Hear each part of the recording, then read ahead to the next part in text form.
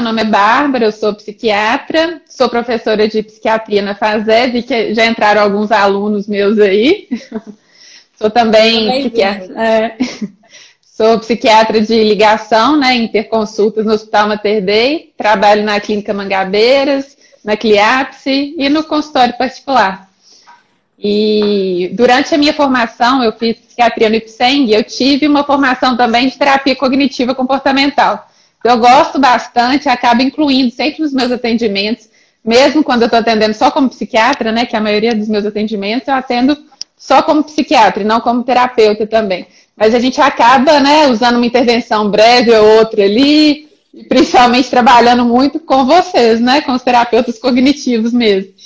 E acho impossível falar de toque sem falar de TCC. Então, acho que a nossa conversa hoje aqui vai ser interessante. Que bom que eu estou aí com uma terapeuta cognitiva comportamental. Acho que é uma troca bem legal, né? A gente tem desenvolvido dentro da clínica boas parcerias, assim, com psiquiatras. Acho que o paciente ganha, né? Todo mundo ganha nesse processo, né? Quando a gente consegue falar a mesma língua, conversar, trocar a experiência. Então, tem sido bem produtivo. Bom, Bárbara, eu coloquei no meu Instagram, geralmente eu costumo colocar para as pessoas mandarem dúvidas, né? Se tiver alguma coisa que queira que a gente comente, então.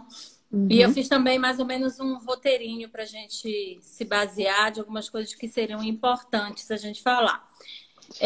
A gente tem esse tema, né? A gente chegou a conversar, né? O que seria interessante a gente trazer para a live. E aí a gente pensou nesse tema porque a gente tem visto isso chegar bastante no consultório, né? Essa dúvida, será que eu estou com toque? Será que os meus padrões de comportamento mudaram, né? Então, muitos hábitos que nós não tínhamos hoje, nós estamos passando a ter, né? Inclusive, está sendo recomendado, né? Pelas autoridades, OMS, governos, prefeituras, enfim. E aí surge aquela dúvida, né? Então, assim, a gente pensou nesse tema para agregar, para tirar as dúvidas das pessoas. E eu coloquei uma caixinha lá e aí dentro do que a gente for falando, eu vou te fazendo algumas perguntas do que a gente pode estar esclarecendo. E também, como eu falei, quem quiser ir mandando aí no chat, a gente vai lendo e eu vou te passando isso. Combinado. Então, acho que é legal a gente começar falando sobre o que é o toque. Né? Tem muitas pessoas que não sabem diferenciar. Então, acho que é legal a gente começar a falar sobre isso. O toque é um transtorno que tem um nome bem autoexplicativo, né? Então, transtorno compulsivo, transtorno obsessivo cognitivo, meu Deus do céu. Compulsivo. Transtorno obsessivo compulsivo, nervosa na primeira live, né? Então, transtorno obsessivo compulsivo. São tantos transtornos, né? Nossa, não, mas é novidade de live mesmo. E gravidez, né? É verdade. Mas, enfim, no toque a gente espera que tenha uma obsessão e uma compulsão. Transtorno obsessivo compulsivo, né? Então, o que é obsessão? Obsessão, normalmente, é um pensamento obsessivo. Pode ser uma imagem também, mas, normalmente, é um pensamento. E esse pensamento obsessivo, ele tem algumas particularidades. Ele é intrusivo, então, quer dizer, a pessoa não escolhe pensar ou não. Né? O que os pacientes falam é o seguinte, aquele pensamento brota na minha cabeça. É como se ele se tornasse consciente sem a minha permissão e eu não consigo expulsar aquele pensamento. Então, o pensamento obsessivo, ele sempre é intrusivo e ele é sempre desagradável, é sempre egodistônico. Então, muita gente, né, muitas pessoas leigas acham que um pensamento obsessivo é um pensamento que a pessoa quer pensar, né? Ele é obsessivo com aquilo, ele quer pensar naquilo. E é sempre o contrário. É uma coisa que a pessoa não quer pensar, que causa muito desconforto e que é intrusivo. Então, vem sem pedir permissão, é algo desconfortável, egodistônico e é repetitivo. Então, assim, pior possível, né? Um pensamento ruim que aparece sem pedir licença, que você não consegue mandar embora e que é extremamente repetitivo. E aí, o que acontece depois de um pensamento obsessivo é que a pessoa sente muita ansiedade, sente muito incômodo e, normalmente, a compulsão, que é o ato compulsivo, que a gente também chama de um ritual, né? Os rituais compulsivos, eles vêm para poder neutralizar o desconforto que o pensamento obsessivo causa, né? Então, no caso, né, a gente sabe que o toque pode ter vários temas, mas no caso do mais comum aqui na pandemia, que é o toque, né, de limpeza e de contaminação, é comum que a pessoa pense, né, tenha um pensamento obsessivo de que pode estar contaminada e logo após esse pensamento ela tem muita ansiedade, muito desconforto e aí vem o ritual. E o ritual normalmente é um ritual de limpeza, né? Então, por exemplo, pensei que eu posso estar contaminada, que eu vim da rua e que minha mão ainda está contaminada.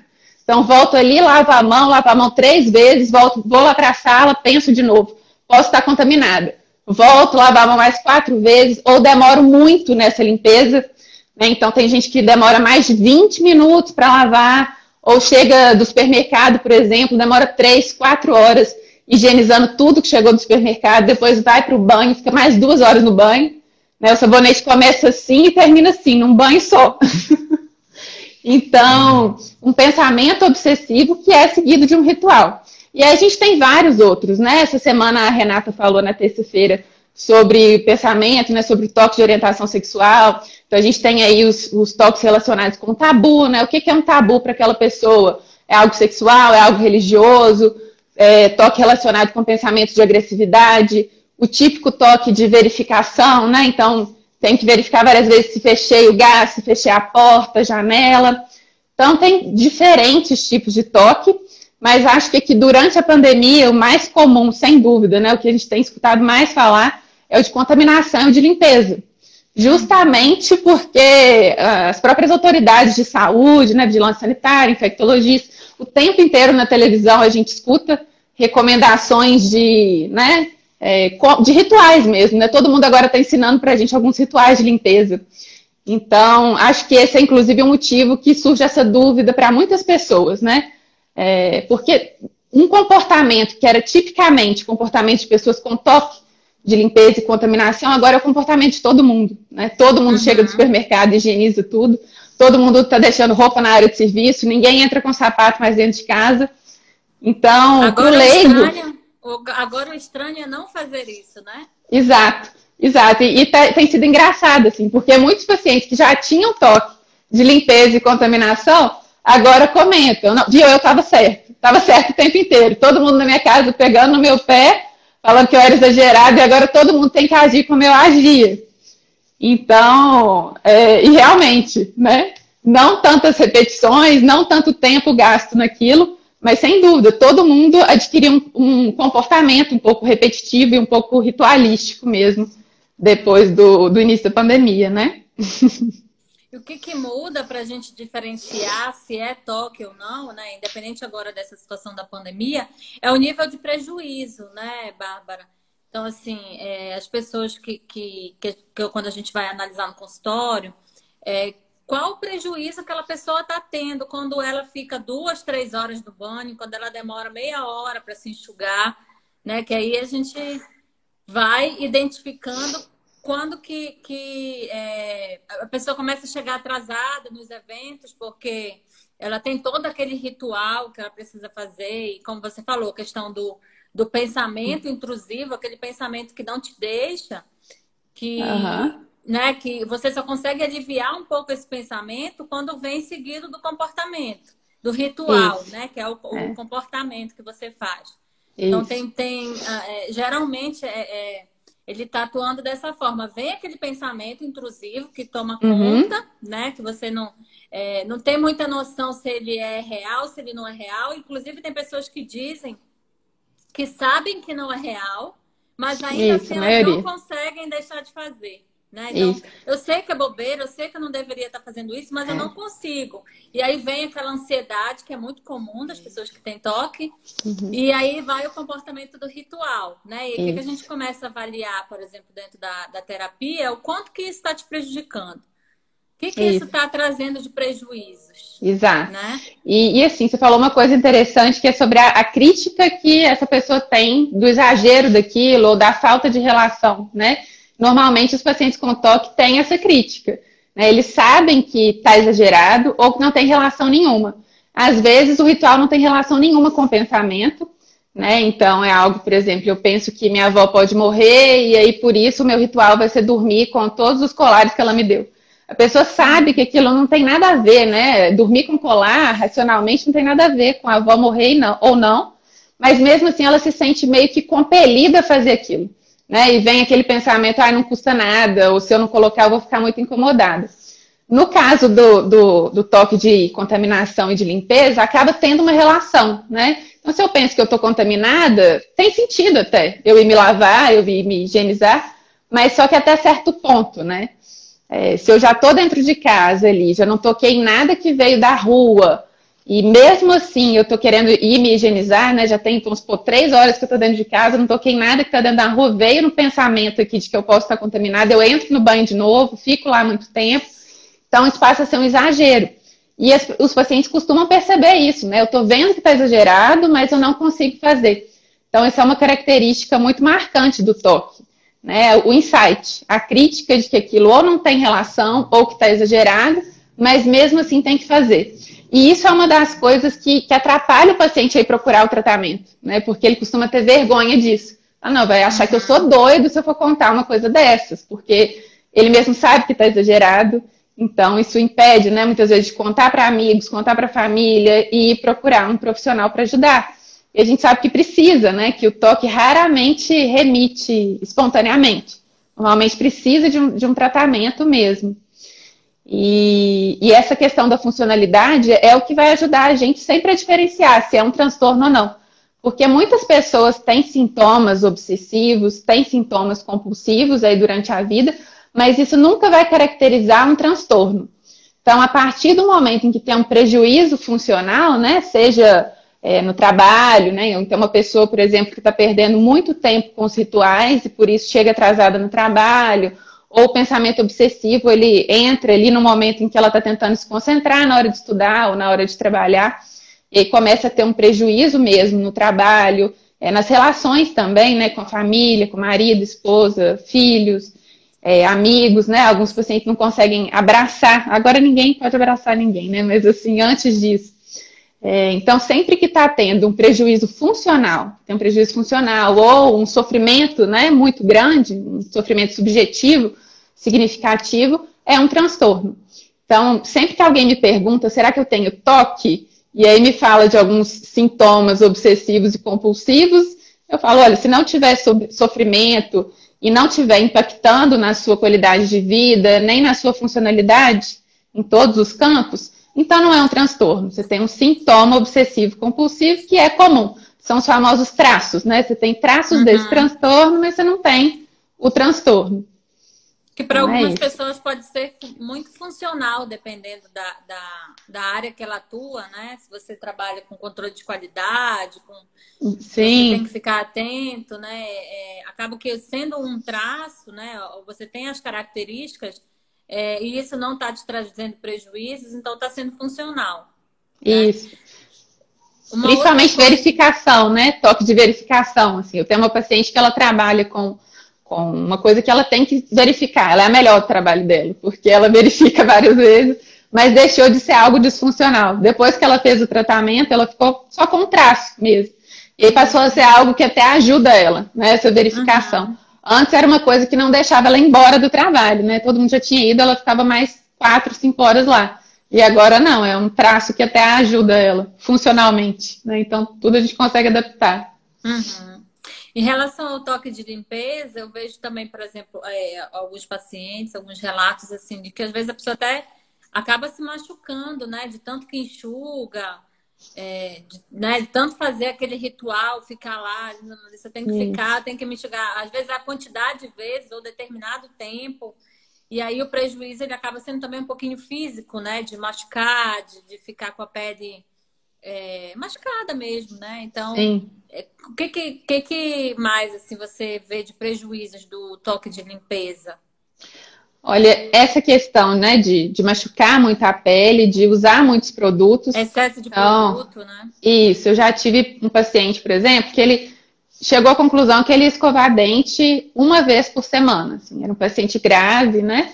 Porque ele gastava 3 tubos de pasta de dente toda vez que ia escovar dente.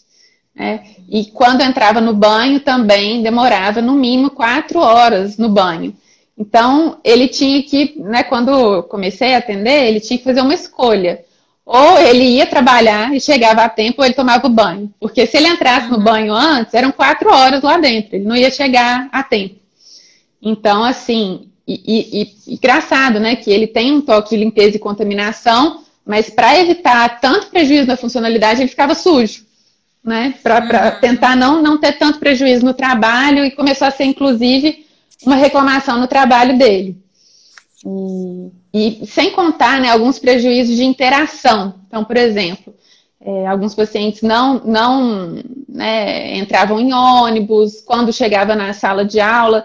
Eu tive uma paciente que ela é bem mais nova, e aí ela tinha que chegar 1 hora antes na sala de aula para poder higienizar a carteira dela do jeito que ela achava que era correto, assim, né? Então, perdia muito tempo com isso. Se alguém encostava em algum material dela, ela tinha que higienizar também o material. Então, né, se alguém vinha dar um abraço, ela ficava extremamente incomodada. Isso é muito comum, né? Esses pacientes têm que voltar para casa e trocar de roupa, tomar um banho, se alguém que, né, encosta. Se alguém de desconhecido ou até um familiar, né? Falar, eu detesto beijo. Isso atrapalha, inclusive, relação amorosa mesmo, né? Que às vezes é tão intenso isso, né, em casos mais graves, que vai atrapalhar mesmo uma interação amorosa, né? Vai atrapalhar um namoro, a pessoa não quer contato físico. Então, pode chegar nesse ponto. Mas o mais comum é uma lavagem de mãos excessivas, muito tempo no banheiro, não consegue ver nada sujo, uma pia suja, uma mesa suja, nada sujo, né? Tem que limpar tudo, e um medo de contaminação. Só que antes esse medo, ele era muito inespecífico, né? Eu tenho medo de ser contaminado por bactérias, por vírus, enfim, de ficar doente com alguma coisa, e por isso eu me limpo muito. Ou eu tenho aflição de achar que eu tô sujo. Agora, depois que começou a pandemia, tem um foco, né? Eu tenho medo do coronavírus, eu tenho medo do Covid-19. Então, é isso que eu tenho medo. A pessoa tem muito claro, né, qual que é a ameaça e qual que é o perigo. Então, muitas pessoas que antes tinham só traços, agora, com o aumento da ansiedade, com uma ameaça mais palpável, agora elas desenvolveram o mesmo transtorno, né? Na maioria dos casos não é toque, na maioria dos casos é só um sintoma obsessivo compulsivo ou só uma ansiedade, né? Uma doença, sempre que a gente tem que envolver na prevenção de uma doença ou no tratamento de uma doença algum ritual, que nesse caso é um ritual de limpeza, a gente tem um risco maior de desenvolvimento mesmo de sintomas obsessivos compulsivos. Isso aconteceu também em outras pandemias. Então, pandemia por influenza, né, SARS, é esperado que aumente pacientes com toque, principalmente, né, depois da resolução da pandemia. Então, 6 a 12 meses depois, muitos pacientes começam a procurar. Porque durante a pandemia, muitas vezes a questão da saúde mental fica de lado, né? Mas logo depois da resolução, aí os mais malefícios começam a aparecer. Tem até uma pergunta aqui sobre isso. Vocês acham que podemos adquirir isso? De não querer abraçar ninguém na rua e ficar agoniada porque alguém abraçou e não podemos voltar para casa na hora para tomar banho? Nesse momento está justificado, né? Mas depois, sim, né? Não, pode acontecer. Pode ser que esse se torne um pensamento obsessivo e que o ritual permaneça, o ritual de limpeza permaneça, mesmo quando a gente não vai precisar mais dele. Na maioria dos casos, não. É claro que a maioria das pessoas vão conseguir lidar bem com isso, né? E pronto, acabou a pandemia, vai todo mundo, a maioria vai fazer uma festa. Mas para muitas pessoas, essa dúvida, esse medo de contaminação e o hábito mesmo, né, de ter aquele ritual de limpeza que até poucos meses atrás para nós seria exagerado e agora é o comum, pode sim permanecer. E se isso acontecer, vale a pena procurar uma ajuda, né, uma avaliação para ver se é necessário um tratamento, um acompanhamento ou não. A gente fala muito no TCC das evidências, né? Então, quais são as evidências de que você estando na rua, abraçando alguém, você vai adquirir alguma coisa? Hoje, a gente tem um risco real, né? A gente fala de realmente evitar ficar mais isolado. Então, hoje existe o risco real. Daqui a 6 meses, a 1 ano, esse risco ele vai estar tão presente assim? Vai estar tão real, né? Quais são quanto tempo eu estou perdendo com isso? Quanto que isso está atrapalhando a minha funcionalidade? Então, é aí que você vai saber se isso está te atrapalhando ou não. É comum, eu acho que vai ser comum no início, né? Assim como em alguns lugares, por exemplo, que já está abrindo, né? As pessoas ainda assim estão tendo essa precaução. Então, acho que no momento como você falou, é aceitável, né? Pelo menos até o final do ano, sei lá, o primeiro semestre do ano que vem, eu acho que vai ser comum. Mas, assim, se os pensamentos estiverem dominando muito, né, Bárbara, que, por exemplo, já atendi paciente, por exemplo, que isso fazia parte começou a fazer parte da rotina de toda hora pensar e eu tenho que lavar a mão, e lavava a mão várias vezes, como você falou, né, eu estou em casa, mas não tive contato com ninguém, com nada, mas eu continuo lavando a mão, limpando as coisas e às vezes o excesso de produto também pode gerar um problema, né? Água sanitária, o sabão. Sim. E a preocupação que são os pensamentos em relação a pessoas da família, né? Não só relacionado ao toque de limpeza especificamente, mas ficar tão preso naquilo de que alguém da minha família pode pegar, meus filhos, meus irmãos, parentes, né? E ficar preso somente nisso. Pessoas que ficam também muito na televisão, assistindo as notícias. Isso. Então, isso tudo contribui. Com certeza. E outros tipos, né, de pensamentos obsessivos aí que têm aparecido, e tem relação com a pandemia, mas de uma forma indireta, foram os de acumulação. E a gente viu mais no início da pandemia. Né? Então, tanto de gente que fez o estoque de papel higiênico, de mantimentos mesmo. Então, alguns pacientes estavam com muito pensamento, né, obsessivo mesmo em relação ao medo de faltar mantimento, medo de faltar alimento, medicamento, atendimento médico. Então, esse pensamento foi muito comum, pensamento obsessivo, né, do medo de faltar as coisas mesmo, e um outro ritual, né, um outro comportamento compulsivo que foi o de acumular, que muitas pessoas nunca tinham tido, e depois disso, né, meio que quase num comportamento de massa, começou a acontecer. E agora, com o passar do tempo, acho que ficou mais claro que não vai ser um caos tão grande, assim, pelo menos espero que não, né? Mas, assim, no início estava bem comum esse tipo, e também alguns pensamentos de ruína, muito repetitivos, né? Medo de perder o emprego, medo de que a família toda morra, né, contaminada pelo coronavírus, enfim. Outros tipos de toque pioraram, e também toques que não tem toque, né, sem relação nenhuma com a pandemia também, né, só pelo aumento da ansiedade gerado pela pandemia, porque a gente sabe que tem muito essa relação, né? O toque costuma piorar quanto mais ansiosa a pessoa está. E uma pandemia por si só já é ansiogênica demais, né? Já é fator de risco demais. A ansiedade me traz essa preocupação extrema com o futuro, né? E aí eu começo a pensar na economia, em diversas coisas que podem estar acontecendo, se vai faltar alimento, né? E aí esses pensamentos começam a tomar conta e realmente podem se tornar até incapacitantes, né? A pessoa ficar realmente paralisada. Tem uma outra pergunta também falando um pouquinho sobre isso, que é assim, é normal que os pensamentos invasivos relacionados à violência aumentem na quarentena? Pois é, isso é aquela questão, né? Não tem uma relação direta. Pode ser até que tenha, né? A gente sabe que tem muitos casos, muitas pessoas estão sem emprego e estão, né, assaltando, enfim.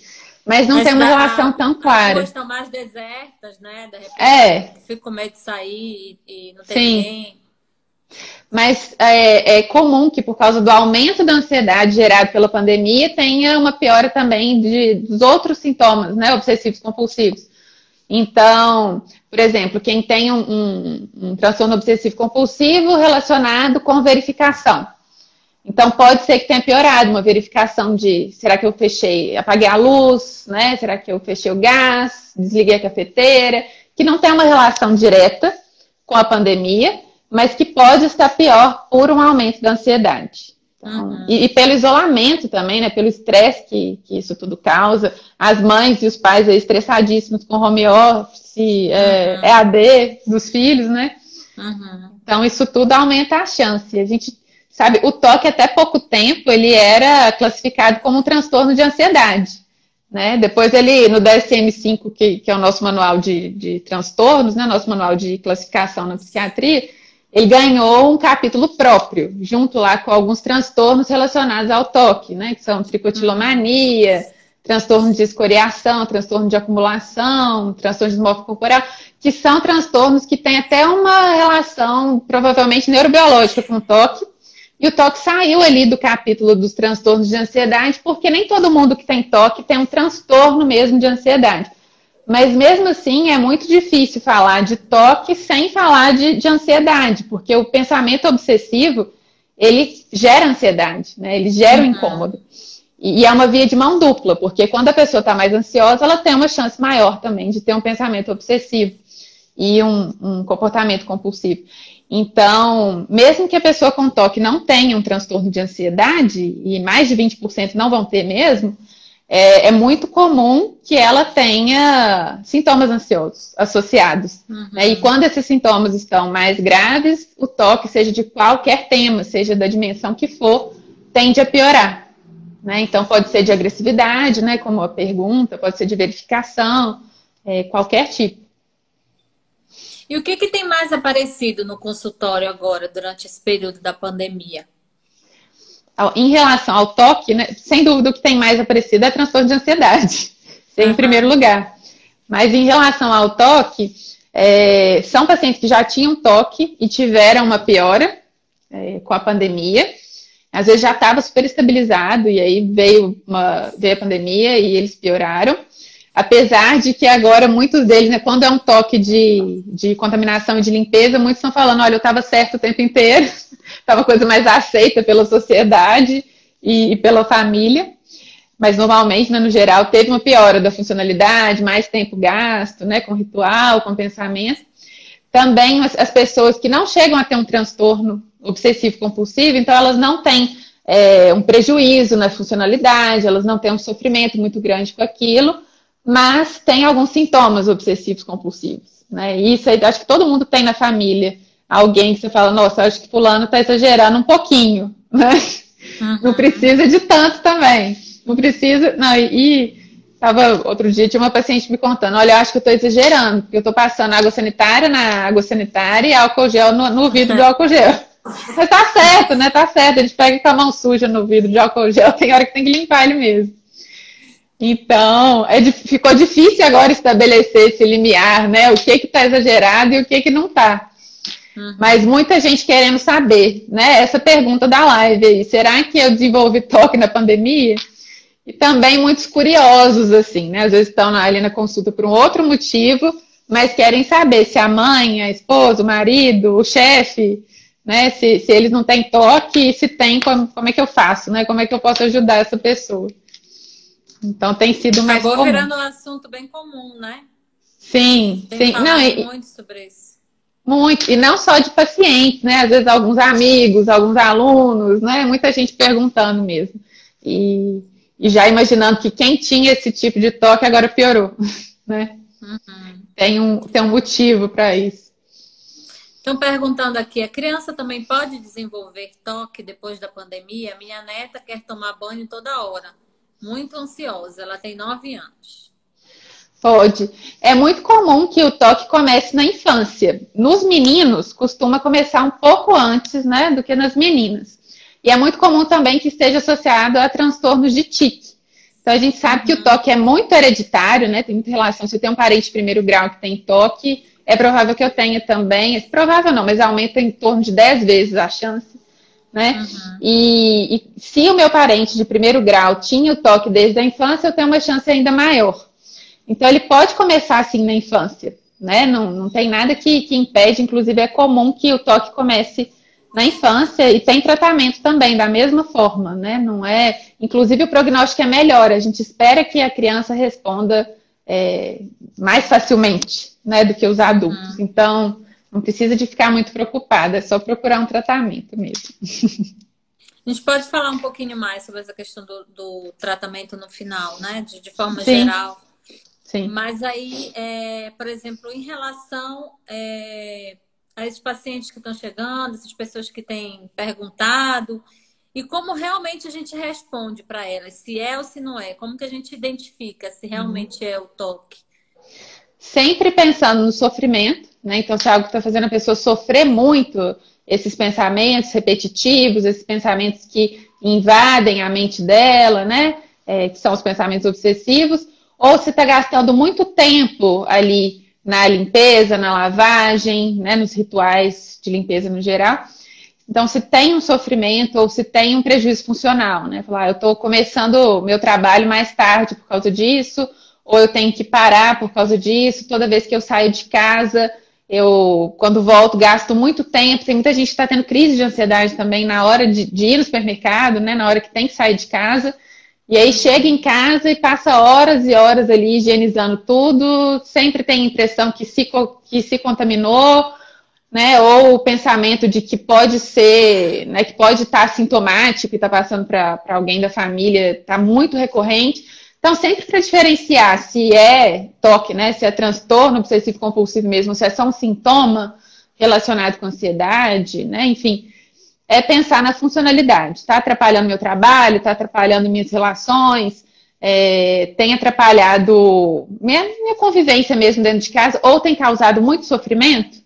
Se sim, aí é um transtorno mesmo, transtorno obsessivo compulsivo. Se não, né, não chega a ser um transtorno. Né? É só um sintoma que está ali te incomodando, mas não chega a ser toque, propriamente dito, né? Uhum.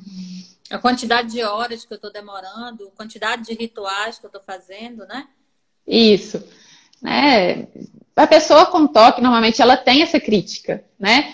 Tudo bem, eu tinha que lavar a mão, mas eu não preciso de ficar 2, 3 horas ali lavando a mão. Não preciso ficar mais de 5 minutos ali lavando a mão, não preciso de ficar no banho 2 horas, mas mesmo assim a pessoa não consegue sair, né? Até ela ter a sensação de que ela está limpa. E uma coisa reforça a outra, né? Porque, vamos supor, agora a gente já tem uns 4 meses, né, de isolamento. E se a pessoa está desde o início gastando mais de 2 horas no banho, por exemplo, ou lavando a mão repetidas vezes e não pegou, né? Não teve coronavírus, ela pode achar que só não pegou porque está fazendo esses rituais, porque está agindo dessa forma, né? Então, um comportamento reforça o outro, né? O ritual, né? O comportamento compulsivo, ele reforça o pensamento obsessivo, a força dele, né? Tanto que na hora do tratamento, né, a gente costuma questionar muito isso, né? Se é necessário aquilo mesmo, daquela forma, ou se pode ser diferente. Se ela poderia lavar a mão uma vez depois de tocar em alguma coisa e mesmo assim não estaria contaminada, né? Analisar a validade daquele pensamento. Em relação às recomendações que a gente tem recebido, né, das autoridades, OMS, enfim, de que forma isso ajuda, atrapalha? Como agir diante disso? Isso é um balizador? Pois é. A gente tem que... desorienta? Eu acho que às vezes desorienta um pouco.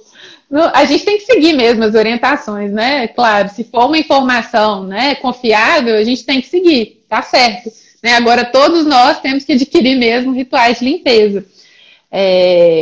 Mas tem um certo limiar aí, né? Tem uma divisão aí que é muito tênue, é muito difícil, às vezes, de perceber. Então, se a pessoa está exagerando, se ela passa assim, assiste coisa na televisão, de manhã, de tarde à noite sobre coronavírus, fica pesquisando sobre aquilo o tempo inteiro, né? Isso aí passa a ser exagerado mesmo, e aumenta muito o nível de ansiedade dessa pessoa, e só esse aumento de ansiedade já aumenta a chance dela ter mais sintoma obsessivo mesmo, né? Então, acho que isso tem sido uma coisa que eu tenho comentado muito com os pacientes e que alguns pacientes perceberam sozinhos, né? No início da pandemia, quando eu estava vendo notícia o tempo inteiro, vendo recomendação o tempo inteiro, eu estava muito mais ansioso e estava pior. Agora, eu me mantenho atualizado, mas com um limite, né? Eu vejo uma vez no dia ali alguma notícia, vejo como é que estão as coisas, mas sem ficar imerso, né? Só nesse mundo aí, só na pandemia, no que eu tenho que fazer, no que eu não posso fazer. Seguir as recomendações dos infectologistas, né, de autoridades sanitárias, é essencial mesmo, a gente tem que seguir. Mas será que eu tenho que ficar vendo o tempo inteiro isso? Né? Será que eu tenho que passar horas do meu dia né, vendo de novo, de novo, de novo essas recomendações? Não, né? Acho que não. De canais diferentes, né? De emissoras diferentes, de sites diferentes. Às vezes, talvez seja interessante buscar uma fonte que você considera confiável e de vez em quando olhar, né? E não ficar vendo tudo e acompanhando tudo, que realmente isso tem deixado as pessoas bem mais ansiosas, né? Uhum. Em relação ao tratamento para o toque. Sempre psicoterapia e medicação. Na verdade, a gente, em alguns casos, pode optar só pela psicoterapia, né? Em outros casos, o ideal é que seja combinado. No geral, o mais eficaz vai ser o tratamento combinado mesmo, né? Psicoterapia e a farmacoterapia.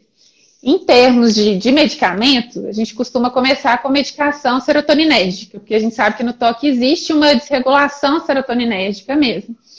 Então, normalmente inibidores da recaptação de serotonina. Então, a gente começa com seletivos, né? Por exemplo, fluoxetina, fluvoxamina, citalopram, estalopram, sertralina, paroxetina, qualquer um desses, né? E aí a gente vai escolher a medicação de acordo com o perfil do paciente, perfil dos sintomas, quais efeitos colaterais que eu não quero que esse paciente tenha de jeito nenhum, e a gente vai titulando as doses.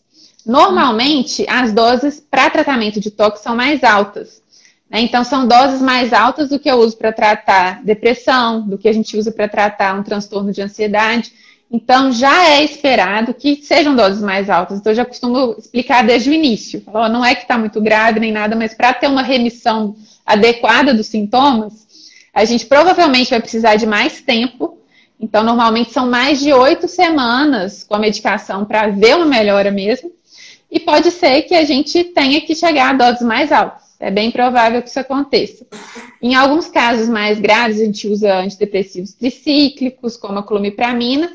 E em alguns casos bem selecionados, a gente precisa de outras medicações ali, como adjuvantes, para poder potencializar mesmo o tratamento. Mas, no geral, é um tratamento com antidepressivo serotoninérgico, né? Do ponto de vista de medicação, é isso aí.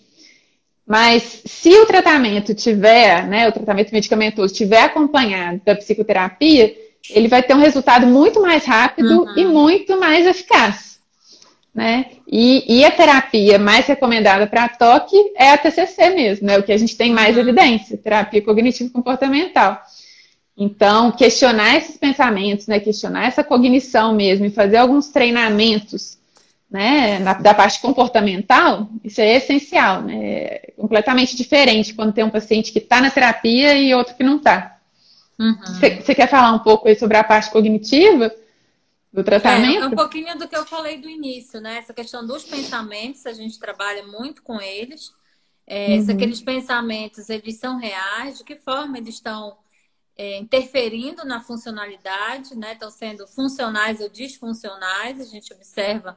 E como você falou, eles têm a noção, né? Quando a gente conversa, quando a gente faz a terapia, eles têm a noção do quanto que está sendo prejudicial, mas é muito difícil atuar nos pensamentos porque eles vêm, né? Eu até falei numa live que eu fiz também essa questão de que o pensamento ele é só um pensamento, né? Eu vi uma comparação com e-mails, assim. Então, assim, o tanto de e-mail que a gente recebe. A gente não vai abrir todos os e-mails, a gente não vai dar atenção para todos os e-mails. A mesma coisa são os pensamentos, né? Exato. Então, pensamentos, eles vêm e vão, né? Mas quem tem o toque, ele acaba ficando muito submerso naquilo. E aí a gente vai trabalhar a funcionalidade, tentar diminuir os rituais, trabalhar quais são os comportamentos que ele tem diante dessas situações.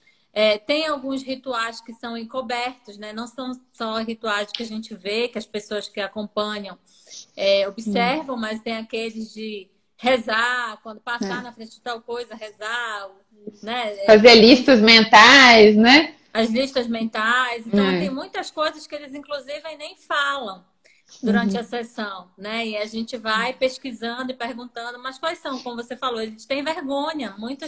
Tem muitos rituais que eles nem comentam.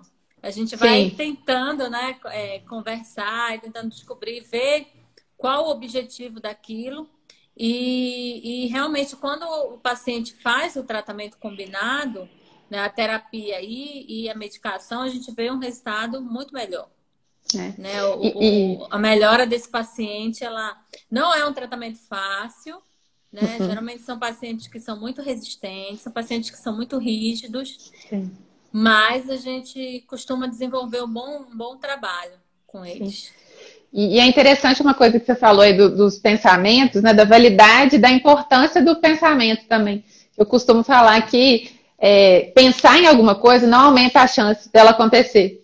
E muitas vezes é o que eles pensam, né? E é o pensamento do ansioso também, né? Se eu estou pensando nisso, eu estou me sentindo mal pensando nisso, às vezes a chance daquilo acontecer é maior. Às vezes essa ameaça é mais real, porque eu estou me sentindo mal quando penso nisso. Né? Então é outra coisa também que a gente costuma questionar, né? Eu posso pensar no que for. Isso não quer dizer que, por eu estar pensando, a chance daquilo acontecer agora vai ser maior. Então, tranquilizar um pouco isso, da importância também do pensamento, né? Estão perguntando aqui, no caso de crianças, se também é indicado o medicamento. Como é que é? Sim, também é indicado. E, né, tem os psiquiatras infantis, mas não precisa de ser um psiquiatra necessariamente infantil. É porque o tratamento é da mesma forma, né? Vai ser com antidepressivo da mesma forma. E não tem problema a criança fazer uso. É muito mais prejudicial ela não usar e continuar com muito sintomatologia, né, do toque, do que usar medicamento. Então, sim. Eu tenho visto também, Bárbara, não sei se tem chegado no consultório, mas assim, tenho ouvido, né? Muitas situações relacionadas às crianças agora, nesse momento, né? O medo de que não pode ninguém vir em casa, de fulano tá com coronavírus, enfim. Como alguém citou, eu acho, acho que é a neta, que queria tomar banho toda hora. Então, assim, o que você indica assim, em relação a esses pais que estão em casa com essas crianças? De que forma isso não virar um toque, né? Não desenvolver essa preocupação, essa ansiedade na criança que a gente tem observado? Acho que primeiro conversar, né? Conversar sobre o pensamento dela, ver o que vem na cabeça dela quando ela vai tomar o banho. Identificar, ver se tem um pensamento obsessivo ali mesmo. Né? O que você pensa antes de tomar banho? Você pensa que você pode estar contaminado? Você pensa que pode acontecer alguma coisa com a sua mãe, com seu pai?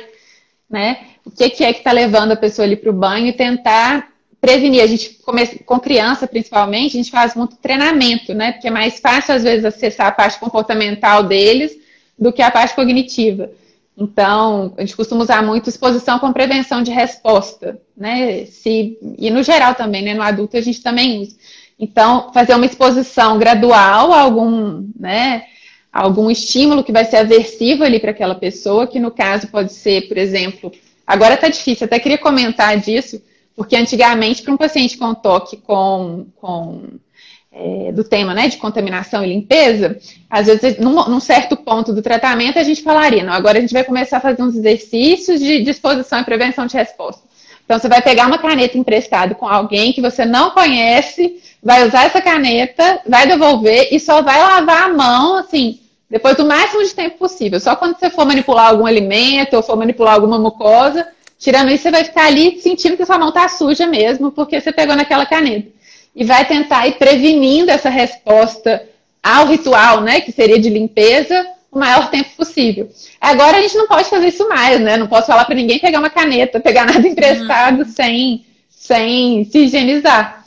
Então, mas no caso de uma pessoa, né, no caso aí de uma criança que está dentro de casa e, né, não pegou em nada, enfim, de repente ela entrou no banho de novo, eu vou tentar prevenir essa resposta, né? Prevenir esse ritual compulsivo. Então, vamos tentar ficar aqui mais um tempinho, sem tomar banho, e mostrando que não tem problema, que ela pode tomar um banho só ali no dia, né, se for o caso, né, se saiu uma vez só no dia, ou se não saiu, pode ser um banho só, e isso não aumenta a chance dela ser infectada, né, enfim, e mostrando para ela por meio de exercício mesmo, de uma forma mais comportamental, que é possível continuar segura sem ter que obedecer aqueles rituais que é a cabecinha dela que está criando mesmo, né? Imagina, né? Se pra gente muitas vezes é confuso, imagine para as crianças, né? Esse tanto de informação, e aí ver o pai limpando limpando as coisas de supermercado. Eu acredito que seja realmente, né, muito confuso para a cabecinha da criança. Eu acho que a informação, sentar com ela, ver o que está angustiando ela, o que está preocupando, né? A informação acho que é o principal nesse momento, né? Então, entender, acolher a emoção da criança. Eu acho que esse trabalho assim dos pais, de identificar, conversar, é muito importante, porque realmente a criança vê, ela ouve na televisão, aí de repente ouviu alguma coisa, a gente não sabe direitinho o que se escuta, né? Por mais que tenha as aulas online, nem sempre o pai consegue estar lá 100%, né? Então, o que os coleguinhas estão falando? O que ela está vendo na televisão? É muita informação. Realmente, eu acho que filtrar essas informações para a criança, eu acho que ajuda bastante, né? Entender, explicar para elas o que está acontecendo, o que é esse momento. Eu acho que tentar tirar um pouco a gravidade, né? Porque para eles parece muito mais grave até, muitas vezes, né? Às vezes tentar reduzir um pouco, falar, não, vai ficar tudo bem, né? Mesmo que você mesmo tenha dúvidas disso, mas para a criança é importante, né? Essa segurança mesmo, sentir que acho que foi uma coisa, com a pandemia, acho que muitas crianças que tinham a sensação de que o pai e a mãe estavam no controle de tudo, né? Que criança mais nova normalmente tem essa sensação, né? Pode acontecer o que for que meu pai e minha mãe dão conta. Agora com a pandemia, não, né? É uma coisa que está deixando o pai e a mãe assustados também, então ela fica muito mais assustada. Então tentar... Eles estão vendo, né? Os pais mais ansiosos, os pais mais nervosos, né? Então tentar, né, voltar, né, dependendo da idade da criança, claro, né, voltar, falar, tá tudo bem, tô aqui, né, não vai acontecer nada de ruim, para dar a segurança que às vezes a fase da vida dessa criança demanda, né? Acho que isso ajuda bastante, que reduz a ansiedade e aí... Mas é claro, se tiver uma coisa muito, né, se tá vendo que está tendo um prejuízo, a criança sofrendo muito, tá tendo muitos rituais, toda hora tá ali no banheiro, você não tá conseguindo intervir, acho que vale a pena, assim, marcar uma avaliação, né, com psicólogo infantil, com psiquiatra infantil, enfim. E assim, nós estamos atendendo online, né? Tanto os psiquiatras quanto os psicólogos, muitos estão atendendo online. Então, tem esse recurso também para quem precisa, para quem realmente já conversou, já explicou, já usou todas as ferramentas disponíveis e vê que, como você falou, continua acontecendo. O acompanhamento ele é importante, porque realmente a criança pode estar começando a desenvolver o toque. E quanto mais cedo você intervir em relação a isso, melhor. Melhor, isso. É um erro achar, né, que é criança, não quero que tenha medicação, porque mesmo que não quiser, vale a pena passar pela avaliação, para ver se vai precisar ou não. E se o psiquiatra falar que precisa, né, o responsável pode não querer usar também, não tem problema, mas acho que tem que ter essa orientação, né? Então vai ser o quê? Vai ser psicoterapia, ou eu vou usar medicamento ou não, né? Ninguém vai obrigar a nada, né? O paciente, no caso, o responsável é que vai decidir. Mas ter essa avaliação e ter a orientação é muito importante. Sim, às vezes tem muito preconceito, né? Tanto assim, às vezes quem vai no psicólogo, às vezes tem dificuldade quando a gente encaminha para outro profissional, para fazer uma avaliação neuropsicológica, ou para ir no psiquiatra, aí às vezes os pais não vão, né? Tem medo, tem receio. E eu acredito que da mesma forma com vocês, né? Quando procuram uma psicoterapia, não quero. E existe muito essa preocupação com a questão do medicamento, da medicação, né? Mas o psiquiatra ele vai avaliar se realmente tem necessidade, se é importante, o momento de tirar, né? Que dose tomar. Então, assim, nada vai ser passado realmente se não for necessário. Isso. Né? Existe algum tipo de hábito que pode ajudar a reduzir a ansiedade agora nesse momento, que possa atenuar esses sintomas? Acho que o principal é aquilo que a gente comentou, né? De evitar informação demais o tempo inteiro sobre o coronavírus. Mas também outros hábitos, que todo mundo sabe, mas poucos fazem, né? Então, exercício físico, né? Ter algum momento no dia para lazer, algo que você goste de fazer. Descobrir, às vezes, uma coisa nova. Agora tem um tanto de mestre cuca aí da quarentena, né? Um tanto de gente cozinhando, desenhando, bordando, né? Mexendo com madeira. Fugir um pouco do tema do tema da pandemia, né? E outros prazeres, outras coisas para fazer. Isso. E tentar buscar, né? Ficar mais tempo com a família, quem não mora sozinho, né? Agora está sendo obrigada a ficar mais tempo com a família, aproveitar a parte boa disso e tentar descobrir mesmo algo para aliviar o dia, porque às vezes o que a pessoa tinha para aliviar era sair para um lugar, encontrar com os amigos, ir para academia, e agora nada disso é possível mais, né? Encontrar com os amigos só se for por chamada de vídeo. Então, tentar encontrar outras coisas ali que liberem endorfina. É uma grande possibilidade. Eu fiz chá revelação pelo Zoom, chá de bebê pelo Zoom. Então, assim, é a possibilidade também. Aniversário, né? Dá para fazer. Então, a gente precisa, nesse momento, se reinventar, realmente, para aliviar um pouquinho o momento que realmente é ansiogênico. Sim. E usar um pouquinho da criatividade, né? E para a gente ter momentos de paz, de tranquilidade, né?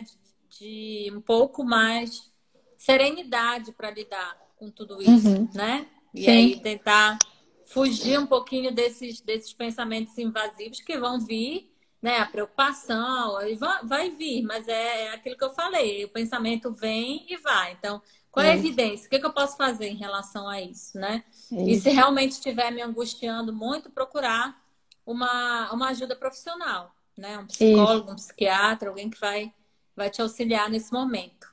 A gente tem poucos minutos para fechar. Não sei se você tem mais alguma coisa a acrescentar. Não, acho que é isso. Tentar manter uma rotina, né? Também ajuda. Eu acho que é isso. Acho que a gente conseguiu comprimir aí o que era mais importante. É muita informação, é muita coisa. Não sei se ficou alguma pergunta aqui. Eu tentei passar por todas. Falaram aqui do filme Toque Toque. Mas acho que de forma geral é isso que a gente falou, incentivar os bons hábitos, tentar realmente focar em coisas que vão te deixar para cima, fazer uma atividade física, né? Tentar manter o contato para lidar melhor com essa ansiedade. A ansiedade também vem muito do que eu não controlo, né? Eu fico muito presa, às vezes, em coisas que eu não controlo. Então, é isso que me deixa angustiado, porque eu quero controlar coisas que são incontroláveis. E dentro dessa situação que a gente vive hoje, tem muita coisa que foge do nosso controle. E aí, muitas vezes, é aceitar realmente, né? E ver o que eu posso fazer dentro do que está dentro da minha realidade, o que me compete fazer. E acho que isso já ajuda bastante, né? Concordo. Deixa eu ver se faltou mais alguma coisa aqui, mas eu acho que foi isso.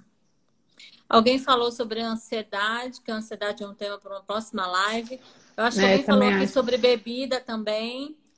Sim, mas seria tem aumentado muito uma consumo. outra live. Aumentou muito o consumo, né? E aí também é a mesma coisa. Buscar outros prazeres, buscar outras atividades. Ver quais são as faltas aí, né? Que estão... O consumo de doce e de bebida alcoólica, né? Os dois aumentaram. De bebida alcoólica, E está muito relacionado aos prazeres, né? Então, a gente acaba que muitas coisas que a gente fazia, a gente não está podendo fazer e acaba descontando substituindo na comida, isso. A gente sempre procura, né? Uma recompensa. Todo mundo precisa de uma recompensa, né? No dia, de alimentar o sistema de recompensa ali. E às vezes o jeito que essa pessoa está achando não está muito funcional, né? Está sendo bebida, está sendo doce. Então, mais uma vez, é voltar naquilo que a gente estava falando, né? Nos hábitos saudáveis para ter essa sensação de recompensa de um jeito mais saudável, mais funcional mesmo. Mas acho que dá outra live, viu? Tanto ansiedade, tanto consumo de álcool. É verdade. Muita gente pediu para falar de ansiedade. É verdade. Mas é isso, Bárbara. Então, eu queria te agradecer mais uma vez. Obrigada pela disponibilidade. Eu agradeço. Foi ótimo. Assim, várias pessoas elogiando aqui. Realmente foi muito bacana. Eu acho que a gente não vai conseguir fazer uma agora tão cedo, né?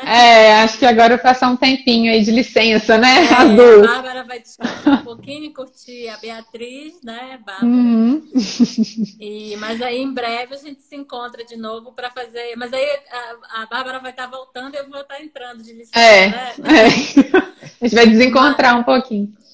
Mas o que vocês ainda tiverem de dúvida, a gente vai postar lá no Insta da Cognitiva, vai ficar lá salva a live e também depois vai ficar salva no YouTube da Cognitiva. Então, quem tiver mais alguma dúvida, pode entrar em contato com a gente por lá, que a gente responde vocês. Obrigada a todos que participaram até aqui.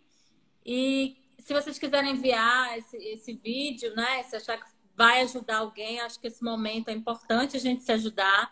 Tem muita gente passando por dificuldades, né, de ansiedade, essa questão, essa dúvida em relação ao toque. Então, quanto mais pessoas a gente puder ajudar, puder encaminhar o vídeo, eu acho que é um trabalho que nos deixa muito felizes, assim, de saber que a gente está contribuindo. Então, obrigada. Nós temos 5 segundos. Queria agradecer, só agradecer de novo pelo convite.